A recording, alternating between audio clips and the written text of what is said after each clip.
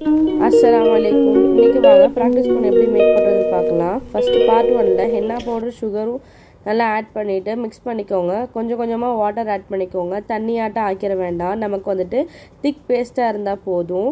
ஒரு பொட்டேட்டோ மசிச்சு வச்சோம்னா எப்படி இருக்குமோ அதே மாதிரி இருந்தால் போதும்.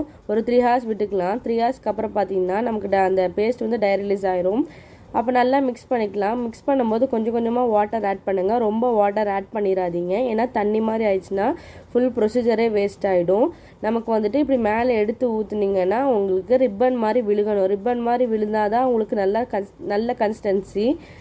இப்போ வாங்க நம்ம வந்துட்டு கண்டெய்னரில் பைப்பிங் பேக்கும் ஸ்டாக்கிங் இன்சர்ட் பண்ணிக்கலாம். அதில் நம்ம பேஸ்ட்டை வந்துட்டு போட்டுட்டு நம்ம ஸ்டாக்கிங்கை பைப்பிங் பேக் விட்டு நம்ம வெளியே எடுக்கணும். பார்த்து கேர்ஃபுல்லாக எடுங்க. அப்போ தான் நம்ம வந்துட்டு நம்மளோட பேஸ்ட் வந்துட்டு பைப்பிங் பேக்கில் கரெக்டாக வரும். இதில் பாருங்கள் எவ்வளோ டஸ்ட்டு பார்ட்டிகல்ஸ் இருக்குது. இதுக்காக தான் நம்ம ஃபில்ட்ரு பண்ணுறோம். இப்போ வாங்க கோனில் நம்ம சீல் பண்ணலாம். கோனில் பேஸ்ட் போடும்போது கொஞ்சமாக போடுங்க. ஃபுல்லாக போட்டுட்டிங்கன்னா அந்த கோன்லேருந்து பேஸ்ட் வெளியே வந்துடும். கோன் சீல் பண்ணும்போது ஃபஸ்ட்டு மேலே இருக்கிறத வந்து க்ளோஸ் பண்ணிக்கோங்க. க்ளோஸ் பண்ண அப்புறம் நம்ம வந்துட்டு மேலே டைட் பண்ணி கீழே பார்த்துக்கலாம். பேஸ்ட் வருதான்னு பாருங்கள். பேஸ்ட் வந்ததுக்கப்புறம் முன்னாடி டிப் வந்து க்ளோஸ் பண்ணிடுங்க. பண்ண அப்புறம் நம்ம சீலிங் கரெக்டாக பண்ணணும். கேர்ஃபுல்லாக சீல் பண்ணுங்கள், இல்லாட்டி பேஸ்ட் வெளியே வந்துடும்.